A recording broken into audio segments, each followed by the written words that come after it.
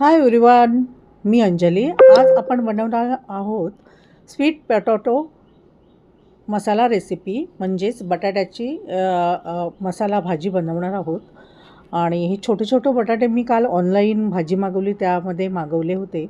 खूप छान भाजी बनते. आता हे बटाटे मी स्वच्छ धुवून घेतलेले आहे. 4-5 वेळा पाण्याने स्वच्छ धुवून त्यामध्ये पाणी घालून ओव्हनमध्ये मी 15 मिनटं शिजवून घेणार आहे. इथे मी मसाला बनवण्यासाठी कांदा, टोमॅटो, आलं हे सर्व घेतलेलं आहे बारीक कापून. बटाटे शिजून आलेले आहे, पाहू शकता. इथे मी फोडणीसाठी लसूण आणि कढीपत्ता घातलेला आहे. त्यामध्ये घातलेलं आहे जिरं, आलं, राई. त्यानंतर मी ह्यामध्ये मसाले घातलेले आहेत. मालवणी स्पेशल मसाला 1 चमचा, हळद अर्धा चमचा आणि ही बेडकी मिरची कलरसाठी घातलेली आहे 1 चमचा. खूप छान भाजी बनते, तुम्ही नक्की बनवून पहा. आणि इथे मी सगळं हे टोमॅटो, कांदा, कोथिंबीर, आलं हे सर्व मी बारीक कापून घेतलेलं होतं, ते घालून घेतलेलं आहे. आणि आता मस्त अशी ग्रेव्ही बनवणार आहे. आता इथे मी मीठ घातलेलं आहे चवीनुसार.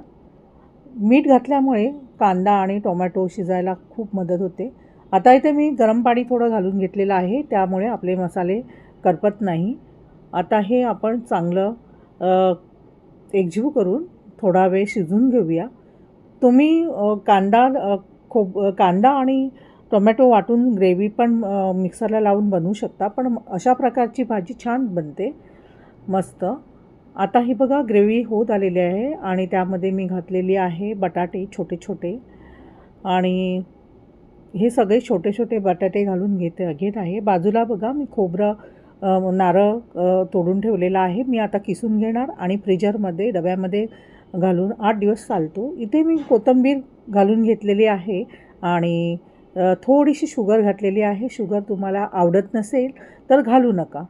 तर आता आपण एक जीव करून घेऊया हे बटाटे आणि त्यानंतर आपण घालूया त्यावर मस्त असं ओलं खोबरं. ओलं खोबरं थोडं घातल्याने चव छान येते. तुम्हाला आवडत नसेल तर तुम्ही घालू नका.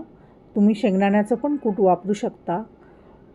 आता मस्त असं भाजी झणझणीत बनलेली आहे. सुगंध पण छान सुटलेला आहे.